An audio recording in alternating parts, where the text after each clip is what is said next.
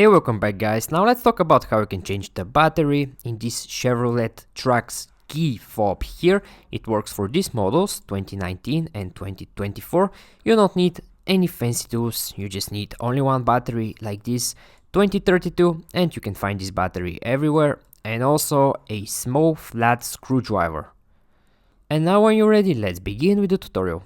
The first thing you need to do is turn this key over like this to the back, and right here we need to remove this back piece, the full piece. We need to remove it, and the easiest way to do that is when you turn the fob like this, right here in this small space, insert the tip of the flat screwdriver right here, the tip only, and when you insert, twist it a little bit, push up, and this way you can very easily remove this back piece over here.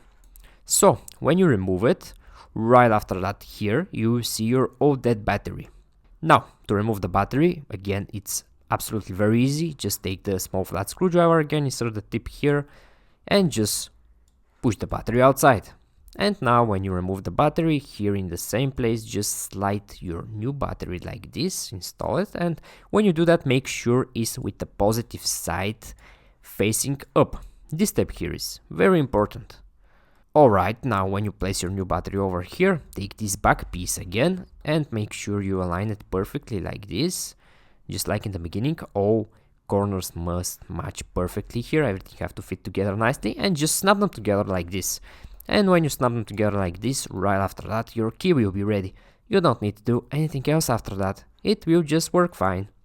Okay guys, I hope you find this video useful, and take care.